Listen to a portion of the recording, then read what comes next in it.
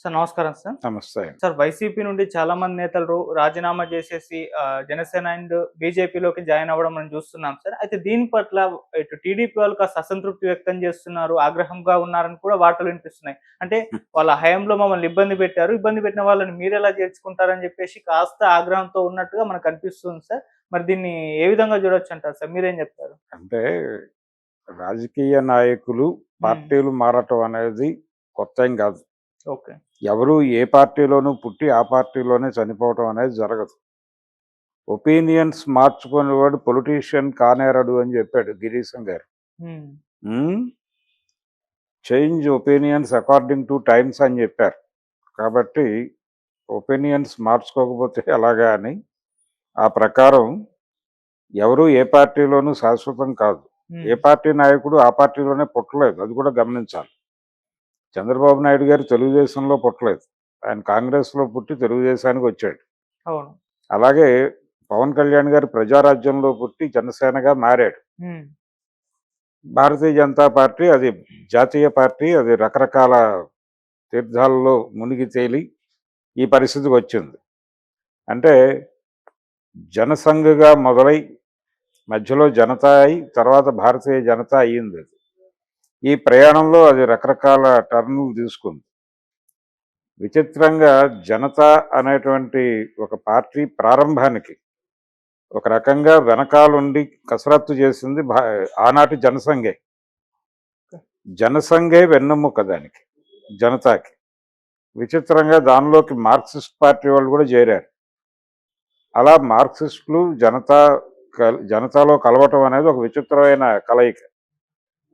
తర్వాత వాళ్ళు దానిలో నుంచి బయటకొచ్చి భారతీయ జనతా పార్టీగా ఏర్పడిన తర్వాత వెస్ట్ బెంగాల్‌లో సీపీఎంని టేక్ ఓవర్ చేశారు వాళ్ళు. హ్మ్.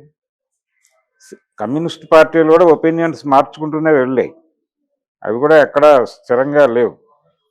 అలాగే చాలామంది అంటారు కమ్యూనిస్ట్ పార్టీలు రకరకాలుగా చీలిపోయాయి. చీలిక ప్రోగ్రెసివ్ అనుకుంటాను నేను.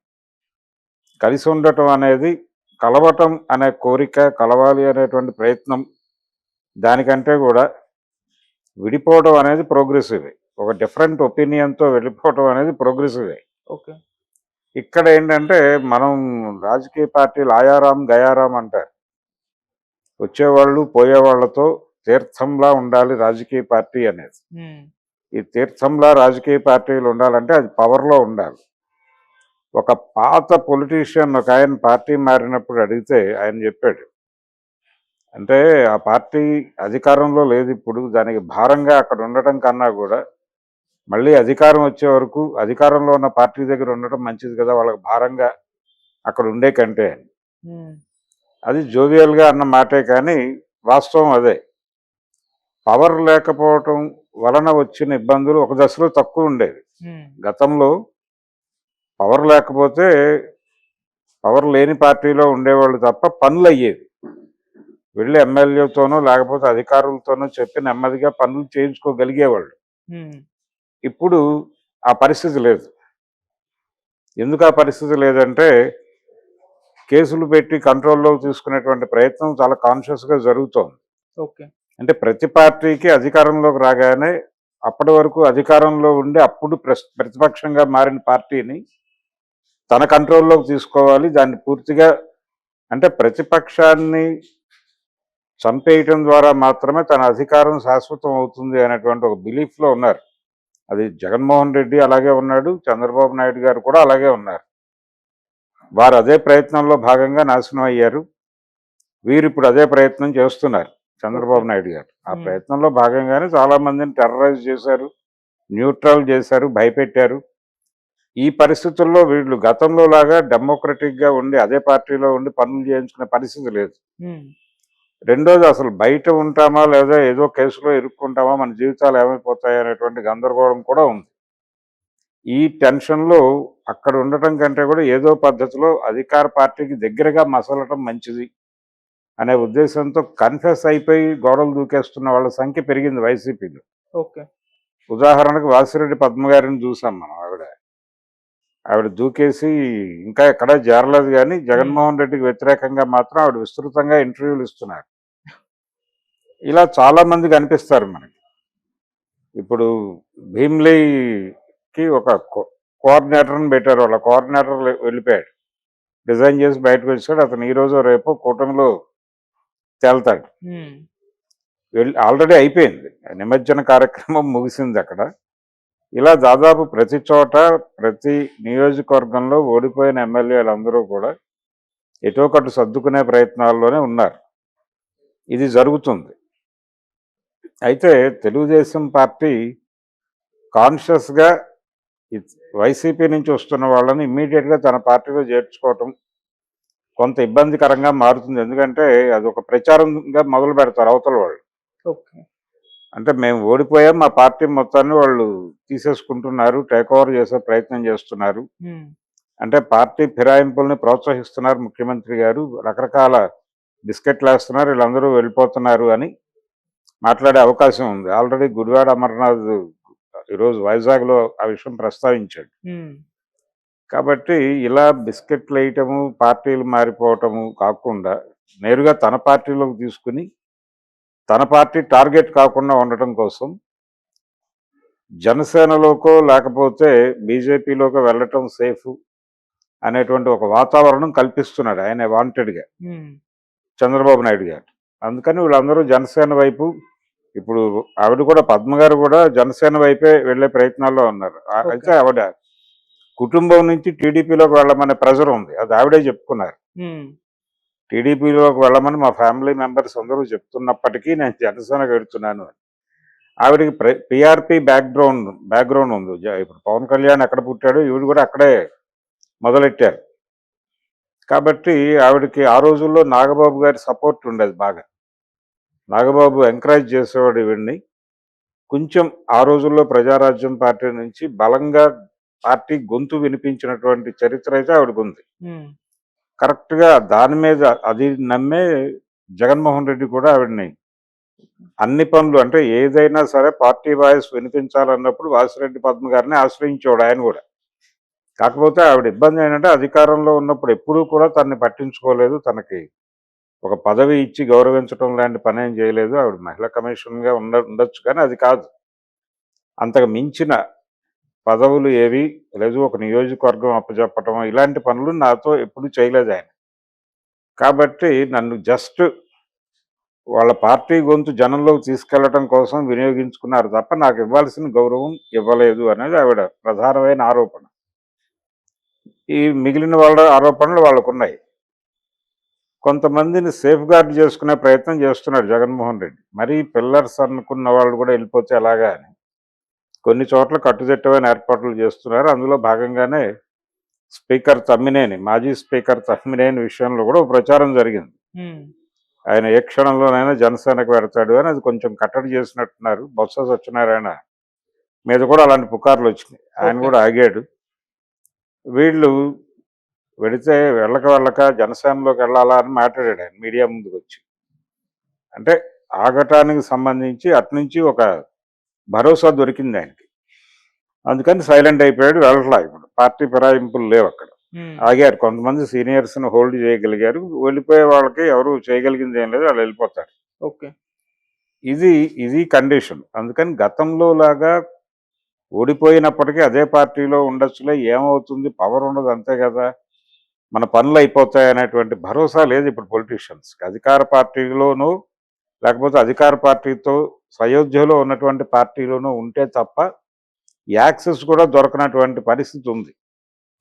అందుకోసం వెళ్తున్నారు, అంతకుమించి వేరే గొడవలు ఏం లేవు. ఒకటేమో కేసుల భయం, రెండోది పనులు అవ్వవు, ఏ రకమైనటువంటి ప్రయారిటీ లభించదు అక్కడ. సో కొంచెం ఆ ప్రాంగణంలో ఉంటే, అది జనసేనలో ఉన్నా లేకపోతే బీజేపీలో ఉన్నా కొంతవరకు మనం, వీళ్ళు ఆల్రెడీ రకరకాల ప్రామిసులు చేసుంటారు జనాలకు. లేదు, వీళ్ళని నమ్ముకున్న వాళ్ళని కొంత సేఫ్ గార్డ్ చేయాల్సి వస్తుంది. ఏదో నా ఇల్లు కోసం నేను డబ్బులు కట్టానండి పని అవ్వలేదని ఎవడో వస్తాడు, ఆ వచ్చిన వాడిని తీసుకెళ్ళి ఒక ఆఫీసర్తో మాట్లాడే పరిస్థితి కూడా లేదు ఇప్పుడు వైసీపీలో ఉన్నటువంటి ఏ నాయకుడికి లేదు. ఒకవేళ వెళ్ళి అక్కడ గట్టిగా మాట్లాడితే ఈ రోజుకి అధికారుల మీద దౌర్జన్యం చేస్తున్నారని మీడియాలో వచ్చేస్తుంది. ఇలా రకరకాల ఇబ్బందులు, ప్రతిదీ ప్రజా పోరాటంగా కన్వర్ట్ చేసేటువంటి మూడ్లో ఆ పార్టీ లేదు. ఇన్ని తలకాయ నొప్పులు ఉన్నాయి. అక్కడ లిమిటేషన్స్ కూడా ఉన్నాయి. వైసీపీకి ఉన్న ఇంకో గోల ఏంటంటే వాళ్ళు స్థానికంగా ఇష్యూస్ని లోకల్ లీడర్షిప్ ఉమ్, చొరవ తీసుకుని ఒక చిన్న ఉద్యమ స్థాయిలో ముందుకెళ్ళటం అనేది కనిపించట్లేదు. సంవత్సరం అయిపోయింది, ఓకే. కదలికలు లేవు, ఎక్కడ ఎవరు కూడా లేవట్లేదు. అంటే మీడియా ముందుకు వచ్చి మాట్లాడక్కర్లేదు, ఆ లోకల్గా ప్రజల్ని వాళ్ళ వాళ్ళ ఇష్యూస్ మీద మొబలైజ్ చేసి నిలబెట్టే ప్రయత్నం కూడా జరగట్లేదు. ఉమ్, ఆ చొరవ ఇవ్వట్లేదు ఆయన. అది ఒక ప్రధానమైన లోపం. సో వెళ్ళిపోతే పోతుంది కదా అనుకుంటున్నారు. కనీసం ఆ యాక్టివిటీ ఉన్నా కానీ వీళ్ళకి కొంత ప్రాధాన్యత దక్కుతుంది. ఓకే. వెళ్ళి ఆ మూమెంట్ చూపించుకునైనా 4 పనులు చేయించుకోగలుగుతారు. ఉమ్, అది లేదు. ఏదీ లేనప్పుడు ఇక్కడ ఎందుకు ఉంటారు అనవసరంగా అని చెప్పేసి వెళ్ళిపోతున్నారు. సో ఈ వెళ్ళేవాళ్ళు, ఈ వచ్చే వాళ్ళందరినీ మనం ఫెసిలిటేట్ చేయటం ఇబ్బంది. ప్రధానంగా అటు నుంచి ఒక భయంకరమైన విమర్శతో మా పార్టీని టేక్ ఓవర్ చేస్తున్నాడు ఈయన. ఆల్రెడీ కాంగ్రెస్ పార్టీని టేక్ ఓవర్ చేశాడు ఆయన ఒక రకంగా, జగన్మోహన్ రెడ్డి. ఉమ్, కాంగ్రెస్ పార్టీని ఊడ్చేసి అక్కడి నుంచి మొత్తం తెచ్చేసుకుని తన దొడ్లో కట్టేశాడు అనేటువంటి ఒక ఇది ఆయనకి ఆ రోజుల్లో ఉండేది. ఓకే. ఇప్పుడు అదే తన మీదకి ఆయన దాడి చేస్తాడు అని చంద్రబాబు గారి అభిప్రాయం. అందుకని సాధ్యమైనంత వరకు ఆయన ఎవరన్నా అప్రోచ్ అయినప్పటికీ వాళ్ళే చెప్తున్నారు జనసేనలోకి వెళ్ళిపోండి. జనసేనకేమో ఒక అవసరం ఉంది. జనసేన అది కేవలం కోస్తా జిల్లాల పార్టీగానే ఉంది. ఇప్పుడు దాన్ని ఆంధ్రప్రదేశ్ వ్యాప్తం చేయాలి. రాయలసీమలో బలపడాల్సినటువంటి అవసరం ఉంది. రాయలసీమలో వ్యాక్యూమ్ ఉంది ఆ పార్టీకి, ప్రకాశంలో వ్యాక్యూమ్ ఉంది. ఈ వ్యాక్యూమ్స్ ఫిలప్ చేసుకోగలిగితే కోస్తా జిల్లాలో కొంత ప్రభావం చూపించగలరు వాళ్ళు, అలాగే ఉత్తరాంధ్రలో కొంత ప్రభావం చూపించగలరు, అంతవరకు. సీమాంధ్ర, సీమలో పరిస్థితి ఏమిటి అంటే గందరగోళం. సీమ మాత్రమే కాదు, సీమను ఆనుకుని ఉన్న ప్రాంతాల్లోనూ అలాగే అటవీ ప్రాంతాల్లోనూ వీళ్ళ ప్రభావాలు ఏం లేవు. అందుకని ఆ ఏరియాలో వైసీపీ నుంచి ఎవరన్నా వచ్చేస్తే తీసుకోవడానికి సిద్ధంగా ఉన్నారండి. ఓకే. తీసుకోవడం ద్వారా పార్టీని స్ట్రెంగన్ చేసి, ఈ స్ట్రెంగన్ చేయటం వలన ఏంటంటే వీళ్ళ షేర్ పెంచుకోగలుగుతారు రేపు పొద్దున. కూటమిలో ఉన్నప్పటికీ ఉమ్, చంద్రబాబు దగ్గర షేర్ పెంచుకోగలిగినటువంటి పరిస్థితి ఉంటుంది. మేము ఇక్కడ కూడా బలంగా ఉన్నామని. అంటే వీళ్ళు కూడా ప్రజా సమస్యల మీద ప్రజల్లోకి వెళ్ళి పనిచేసి ఆ ఇబ్బందులను పట్టుకుని ప్రభుత్వం దృష్టికి తీసుకురావాలి. అధికారంలో ఉన్నప్పటికీ ప్రజల సమస్యల మీద కదలటం తప్పేం కాదు. అలా కదిలిన నాయకులు చాలామంది ఉన్నారు. పి జనార్దన్ రెడ్డి లాంటి వాళ్ళు చాలామంది ఉన్నారు. ఓకే. తమ ప్రభుత్వమే అధికారంలో ఉన్నప్పటికీ తామే ప్రతిపక్షంగా వ్యవహరించిన వాళ్ళు కూడా ఉన్నారు. ఉమ్, అది చేయటం వల్ల ఏంటంటే పొలిటికల్గా వాళ్ళ క్యారెక్టర్ ఎస్టాబ్లిష్ అవుతుంది. రేపొద్దున 4 ఓట్లు పడే పరిస్థితి వస్తుంది. ఇలాంటివి చూపించుకోగలిగితే 4 టికెట్లు అదనంగా తీసుకోగలుగుతాడు. పొలిటికల్ ఏరియాలో తన స్ట్రెంగ్త్ పెరుగుతుంది. ఓకే. అందుకని రాయలసీమలో కాన్సన్ట్రేట్ చేస్తున్నాడు పవన్ కళ్యాణ్. ఆయన తరచూ కడప వెళ్ళడానికి కూడా కారణం అదే. కడపలో క్యాంప్ ఆఫీస్ పెడతారనే ప్రచారం జరుగుతూ ఉంది. ఉమ్, దానికి కూడా కారణం అదే. ఈ క్యాంప్ ఆఫీస్ పెట్టడం ద్వారా అక్కడ కొంత లోకల్ క్యాడర్ని అట్రాక్ట్ చేయాలనేటువంటి ప్రోగ్రామ్ ఉంది ఆయన. ఓకే. సో అందుకని వెళ్ళిపోతున్నారు. దాని పట్ల టీడీపీలో ఇబ్బంది ఏం లేదు, అది మంచిదే అనుకుంటున్నారు, అది ఏడవట్లేదు. ఉమ్, అయితే కొన్ని చోట్ల ప్రాబ్లం ఏంటంటే వీళ్ళ మీద గతంలో నోటికొచ్చినట్టు మాట్లాడిన వాళ్ళు గబుక్కుని అటువైపు వెళ్ళిపోయి స్నేహితులుగా మారాల్సిన పరిస్థితి. వీళ్ళు వాళ్ళకి నమస్కారం పెట్టాలి, వాళ్ళు వీళ్ళకి నమస్కారం పెట్టాలి, ఒక చోట కూర్చుని మాట్లాడుకోవాలి. ఉమ్మడి కార్యాచరణ అన్నప్పుడు కలిసి కూర్చుని మాట్లాడుకోవాల్సిన పరిస్థితి వచ్చినప్పుడు మొన్నటిదాకా తిట్టుకున్న వాళ్ళు కలిసి కూర్చోవాలి. ఆ ఇబ్బంది ఉండదు. యాక్చువల్గా రాజకీయ నాయకుల్లో ఎలా ఉంటుందంటే అవతల పార్టీలో ఉండగా తమ పార్టీని బలంగా తిట్టినవాడు తమ పార్టీలోకి వస్తే అవతల పార్టీని కూడా అంతే బలంగా తిడతాడు, కాబట్టి వాడికి ఆ స్పేస్ ఇస్తారు. ఉమ్, ఇక్కడ ఉన్నాం, మళ్ళీ ఆ పార్టీలోకి వెళ్లాల్సి వస్తుంది కాబట్టి దాని మీద కొంచెం సంయమనం పాటించాలి అని అనుకోనక్కర్లేదు. నీ క్యారెక్టర్ నువ్వు బలంగా పోషిస్తే అవతల సినిమాలో కూడా క్యారెక్టర్ వస్తుంది. ఓకే. ఆ లెవెల్కి తయారైపోయారు. రాజకీయ వ్యాపారం ఇది. రాజకీయాలు చచ్చిపోయి చాలా కాలం అయింది. ఉమ్, 80 దశకంలోనే రాజకీయాలు చచ్చిపోయినాయి. 90 దశకం నుంచి రాజకీయ వ్యాపారం మాత్రమే బతుకుంది. ఓకే. అందుకని ఈ రాజకీయ వ్యాపారులు ఎక్కడ లాభం ఉంటే అక్కడికి వెళ్ళిపోతారు. దానిలో ఎవరు అడ్డుకట్ట వేసే పరిస్థితి లేదు. నీ పార్టీలో ఉంటే నువ్వు మాకు ఏం చేయగలవు అని అడుగుతారు నాయకుడు. ఉమ్, ఏం చేయగలడో చెప్పాలి ఆయన. చెప్పే పరిస్థితుల్లో జగన్ లేడు. సో ఆపే పరిస్థితిలో లేడు. కొంత పిల్లర్స్ అనుకున్నటువంటి కొంతమందిని మాత్రం హోల్డ్ చేయగలుగుతున్నాడు. మిగిలిన వాళ్ళు జనసేనలోకో బీజేపీలోకో జంప్ అయిపోవడం తథ్యం. అయిపోతున్నారు ఆల్రెడీ. వెళ్ళిపోయే వాళ్ళు వెళ్ళిపోతూనే ఉన్నారు. ప్రతి చోట కూడా వాళ్ళు అనౌన్స్ చేసినటువంటి కోఆర్డినేటర్స్ ఎవరు లేరు ఇప్పుడు, చాలా చోట్ల లేరు.